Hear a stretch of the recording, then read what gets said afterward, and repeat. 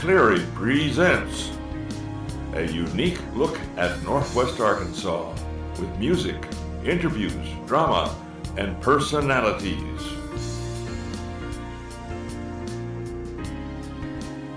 And now, here's Mike.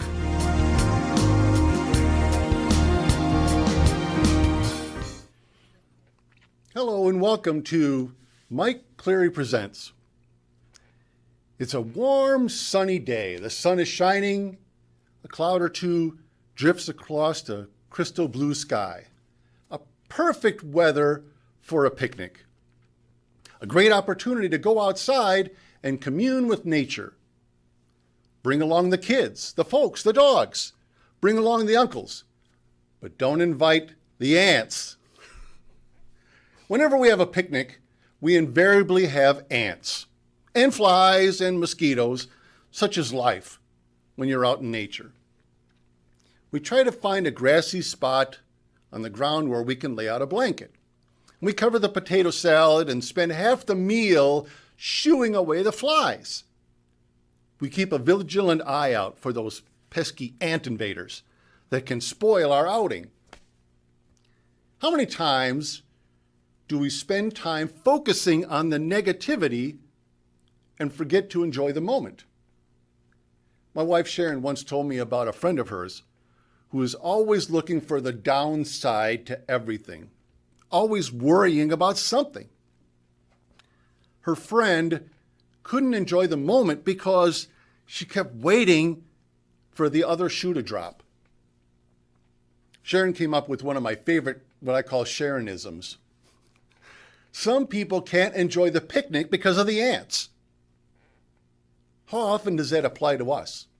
We spend so much time worrying about the little stuff that we don't allow ourselves time to enjoy the fun of the moment. My grandma Flo used to have a saying. She said, there are two rules to living a happy life. The first is, don't sweat the small stuff. And the second is, it's all small stuff. Some people worry about anything and everything. Worrying causes stress, unhappiness, wrinkles, gray hair. What are some of the things that we worry about?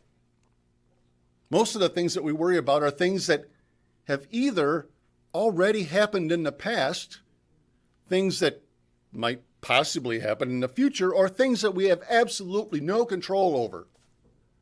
The fact is, worrying can't change or help the situation being worried about at all. It only causes a lot of stress and unhappiness.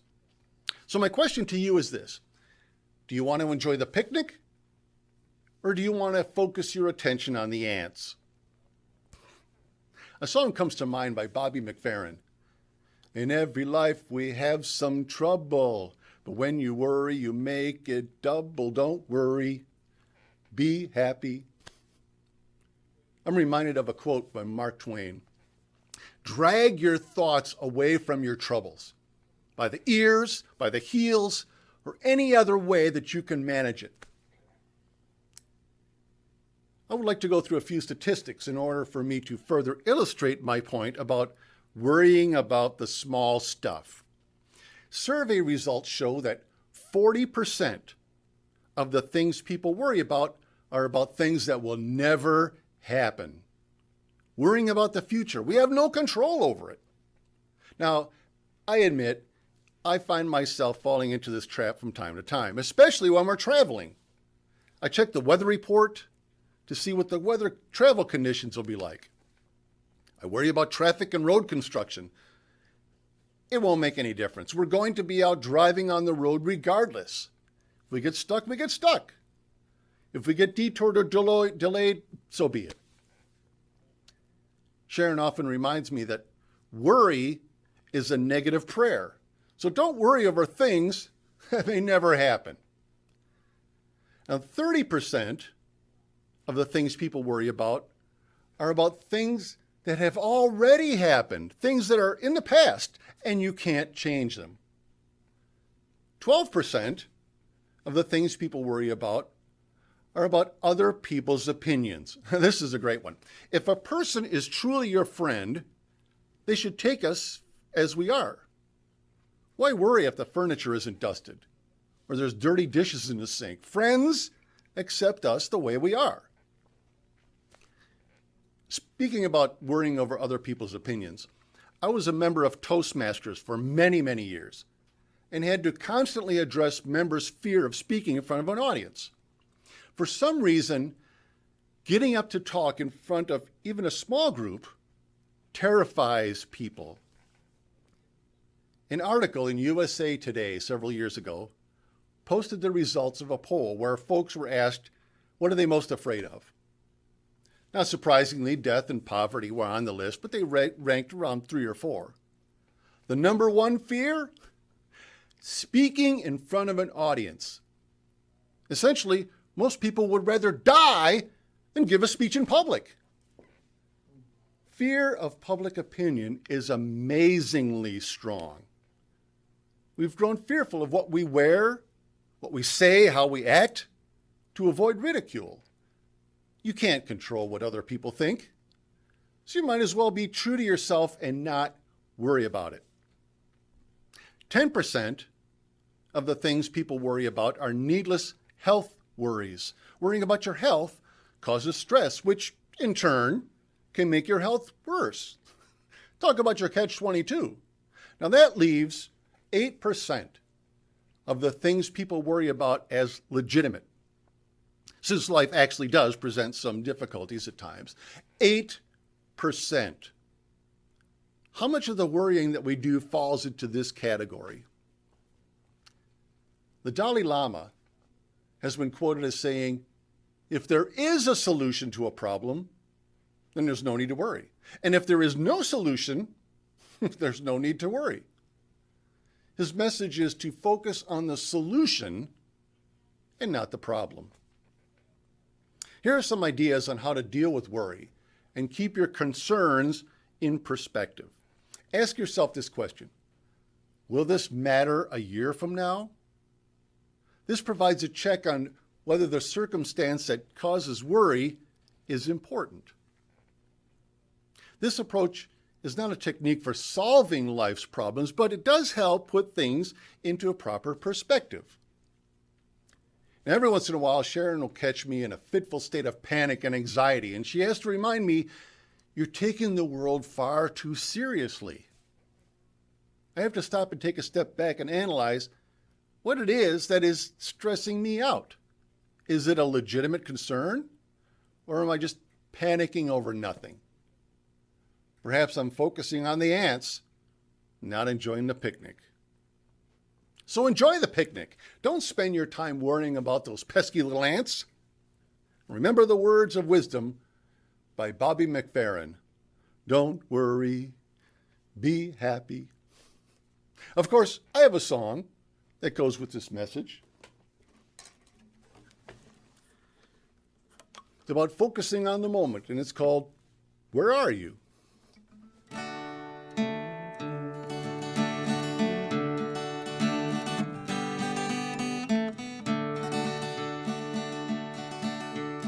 Where are you? Is your mind on some distant memory? So far away, don't let this day slip by. Where are you? Do you know this moment is fleeting? Stay with me and share with me your time. Days drift by like clouds in the sky, but your eye sees only the ground. Joy comes along, and an instant later it's gone. Live in the moment and admire all the glory around. Where are you? Is your mind on some distant memory?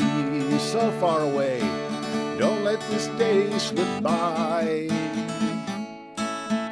Where are you? No, this moment is fleeting.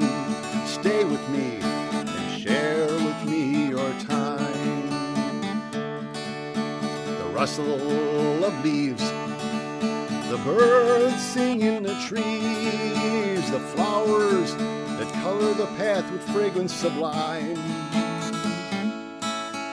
Don't let your thoughts be spent on some past or future event, for all we truly own is this moment in time.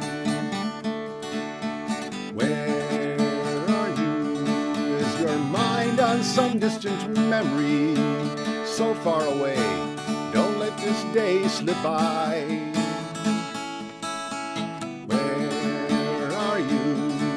Do you know this moment is fleeting?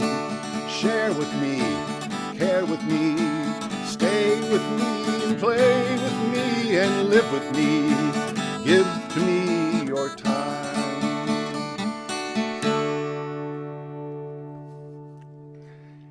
We'll be right back after these announcements.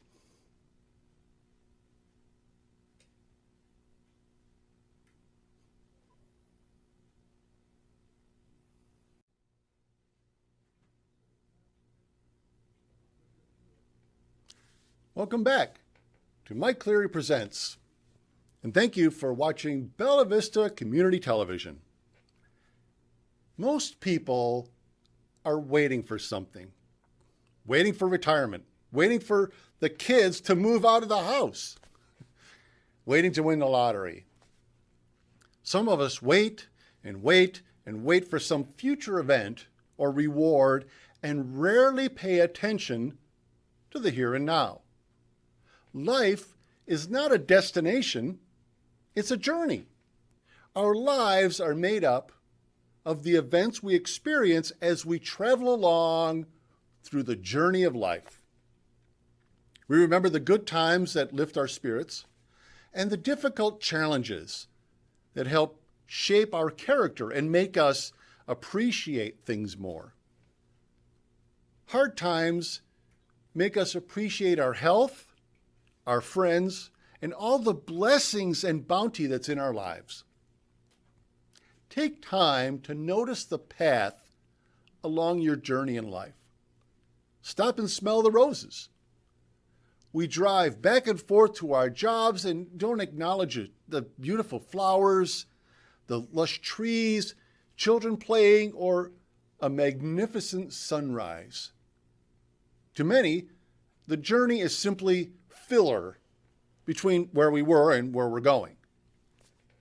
The voice inside our head is like a nagging, impatient child in the back seat. Are we there yet?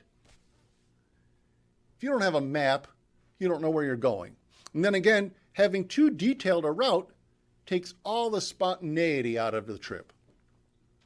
My wife Sharon and I often ignore our car's GPS and the road map whenever we're out driving.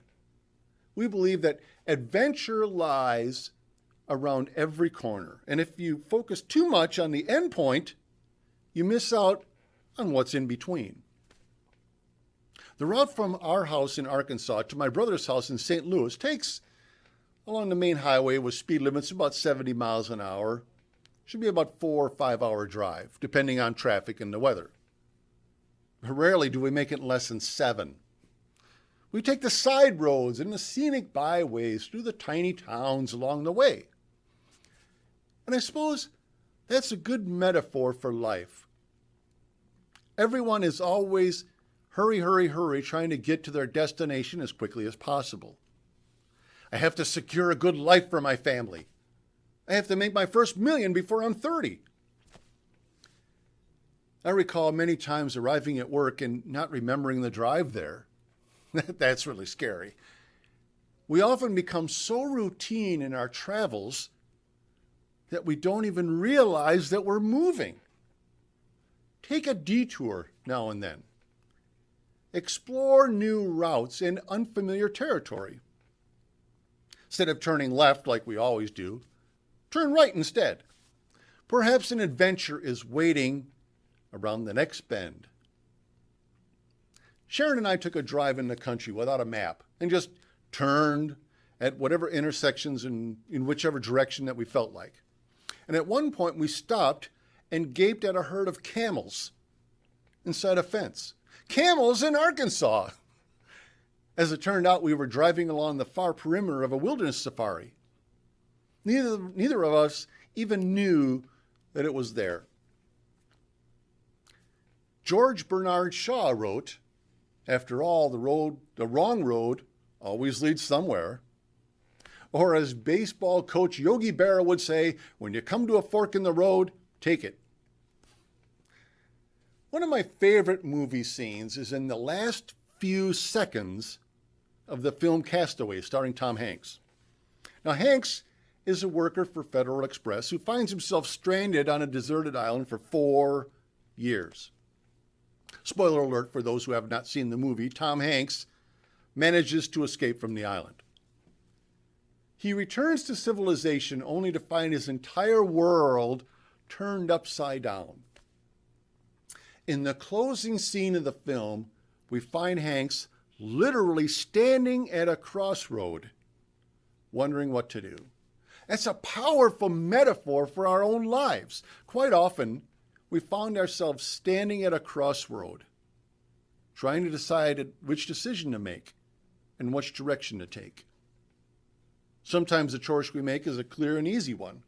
However, every decision has its consequence. Every choice can have far-reaching repercussions. We never know what long-term effects our choices make down the road. It's like dropping a pebble in a pond. The ripples radiate out far from the point of where the stone entered. We have to realize that the journey we are on will not always be a pleasant one. We'll encounter potholes, detours, and transportation dilemmas along the way. You cannot accept the reward without accepting the challenge.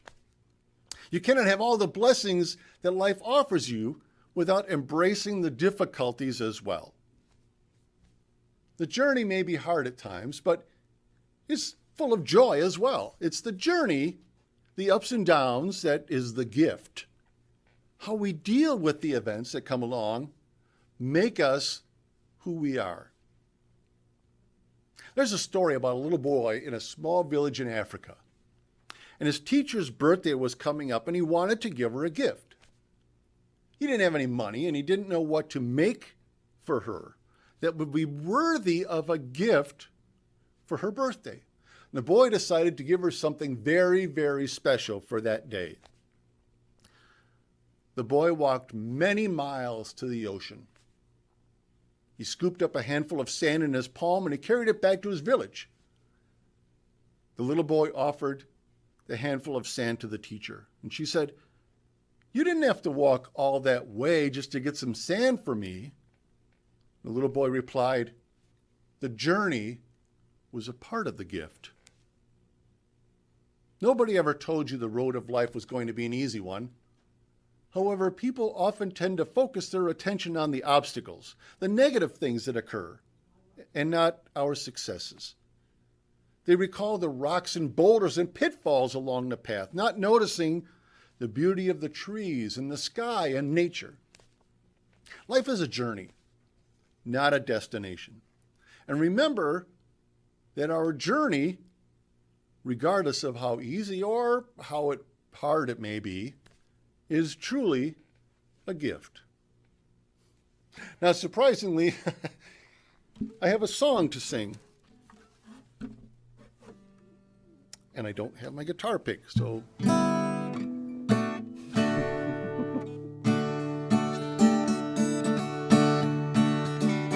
So many times we think our journey is just a trip from here to there. We hardly notice the road we're traveling on. Most times we just don't care. You better take a little time out to see the flowers, trees, and the sky. 'Cause like grains of sand through an hourglass, these days slip quickly by.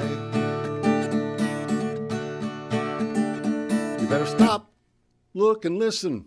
Take a hike or go fishing. Take a notice of that road you're on, for you'll not be back again. You better stop, look, and listen. See what you are missing. All the beauty of this wondrous world on the journey we call life. Folks grow so discontented with their corner of the world. They dream of distant wonderlands, tops of mountains across the sea. But there's a wealth of treasures unexplored, waiting for you outside your door. Adventure, fun, and mystery if you take the time to see. You better stop, look, and listen. Take an unplanned expedition. Take a detour off that beaten path, for you'll never know what you'll find. You better stop, look, and listen. See what you are missing. All the wonders of this glorious world on the journey we call life. All the beauty of this wondrous world on the journey we call life. Thank you for tuning in to Bella Vista Community Television. I'm Mike Cleary, and have a wonderful day.